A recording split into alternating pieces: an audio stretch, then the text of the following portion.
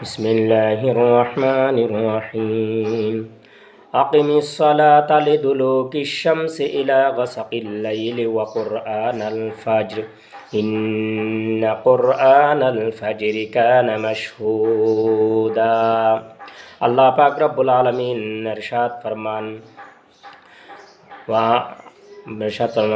আকিমিস সালাতা লিদুলুকিশ শামসি ইলা গাসকিল লাইল, সূর্যের ঢলে যাওয়ার পর থেকে রাতের অন্ধকার পর্যন্ত সময়ের মধ্যে তোমরা নামাজ কায়েম করো, নামাজ প্রতিষ্ঠা করো।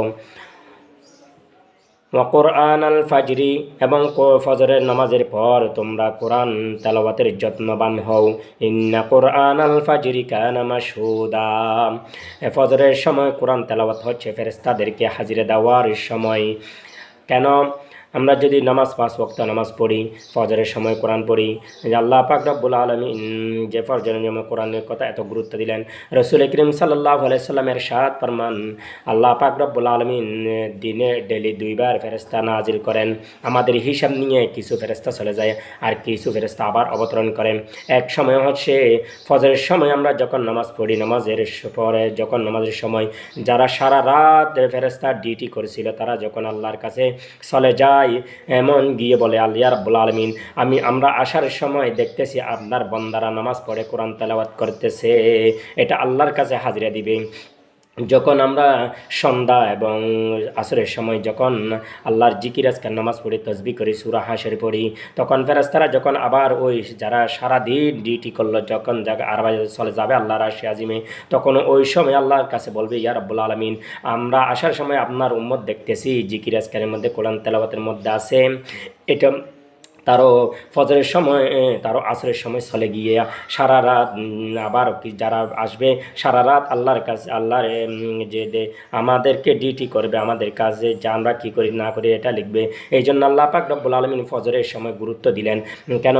আমরা ফজরের সময় যে ঘুমিয়ে থাকি, ফেরেশতারা আসে যায়, এমন সময় যদি ফেরেশতারা আমাদেরকে ঘুমের মধ্যে দেখে, ইবাদতের মধ্যে না দেখে, তাহলে আল্লাহর কাছে গিয়ে এটা নালিশ দিবে, ইয়া রাব্বুল আলামিন আপনার বান্দারা আমরা আসার সময় দেখতেছি ঘুমিয়ে পড়ছে। আর যারা নতুনভাবে আসবে তারাও বলবে, ইয়া রাব্বুল আলামিন আমরা যখন গেলাম তারাও ওই সময় কি করবে, ঘুমিয়েছিল। এই জন্য আল্লাহ পাক রব্বুল আলামিন যেমন আয়াতের মধ্যে বলেন, ওয়া মিনাল লাইলি ফাতাহাজ্জাদ বিহি নাফিলাতাল লাকা আসা, ওদের তাহাজ্জুদের নামাজ তোমরা আদায় করো। তাহাজ্জুদের নামাজের মধ্যে এমন একটা গুণ আছে যে আমরা মুত্তাকি ফরহেজগার হই। ওলি কিভাবে হই? যারা 5 ওয়াক্ত নামাজ পড়ে সাথে সাথে তাহাজ্জুদের নামাজ করে, তাহাজ্জুদের নামাজ আদায় করে, তারা মুত্তাকি হয়। আল্লাহ পাক রব্বুল আলামিন তাহাজ্জুদের সময় শেষ আসমানে আসে ডাকে বলে, ও আমার কোন বান্দা আছো গুনাহগার, আমার কোন বান্দা আছো যে রিজিকের অভাবে, এটা আল্লাহ পাক রব্বুল আলামিন আমাদেরকে ডাকতে থাকে। তাহলে আমরা যদি তাহাজ্জুদের নামাজ পড়ি, তাহাজ্জুদের নামাজের মধ্যে যদি আল্লাহর কাছে আমরা দোয়া করি, আল্লাহ আমাদের সব সমস্যার সমাধান করে দিবে। এখন আমরা আল্লাহকে ডাকি না, আল্লাহর কাছে তাহাজ্জুদ কিছু চাই না, এই জন্য আমরা সমস্যার সমাধান পাই না, রোগ ব্যাধি থেকে সমস্যার সমাধান পাই না। যদি আমরা তাহাজ্জুদের নামাজ পড়ি তাহলে আমরা সমস্ত বিপদ আপদ মুসিবত আল্লাহর কাছে জানাইতে পারবো। আল্লাহ শেষ আসমানে ডাকে আমাদেরকে বলে ডাকে, তাহলে আমরা ঘুমিয়ে থাকি। এই জন্য যারা অলি হয়েছে তারা এমনি অলি হয় নাই, তাহাজ্জুদের নামাজ পড়ে, এশারাক পড়ে, সাশতের নামাজ পড়ে, এটা পড়ে আল্লাহর অলি হয়েছে। সব সমস্যার সমাধান আল্লাহ সমাধান করে দিছে। তাহলে আমরা যদি তাহাজ্জুদের নামাজ আদায় করি তাহলে আমরা সব সমস্যার সমাধান পেয়ে যাব। এই জন্য আল্লাহ পাক রব্বুল আলামিন আসা আইয়া বাআসাকা রব্বুকা মাকামাম মাহমুদা, কাল কিয়ামতের ময়দানে মাকামে মাহমুদের মধ্যে যখন আল্লাহ পাক রব্বুল আলামিন বিচার করতে থাকবে, ওই সময় আমাদের সুপারিশ করার জন্য আমরা উম্মতরা, প্রত্যেক নবীর উম্মতরা শেষ পর্যায়ে আমাদের নবীর কাছে আসবে।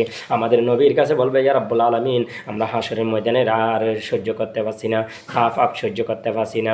তখন আল্লাহর রাসূল সাল্লাল্লাহু আলাইহি সাল্লামকে আল্লাহর কাছে গিয়ে সিজদায় পড়ে উম্মতের জন্য, উম্মতেরকে তাড়াতাড়ি বিচার করে দেওয়ার জন্য, উম্মতদেরকে রেহাই দেওয়ার জন্য কি করবে, আল্লাহর কাছে নালিশ দিবে, আল্লাহর কাছে প্রার্থনা করবে। এই জন্য আমরা তাহাজ্জুদের নামাজকে গুরুত্ব দিই।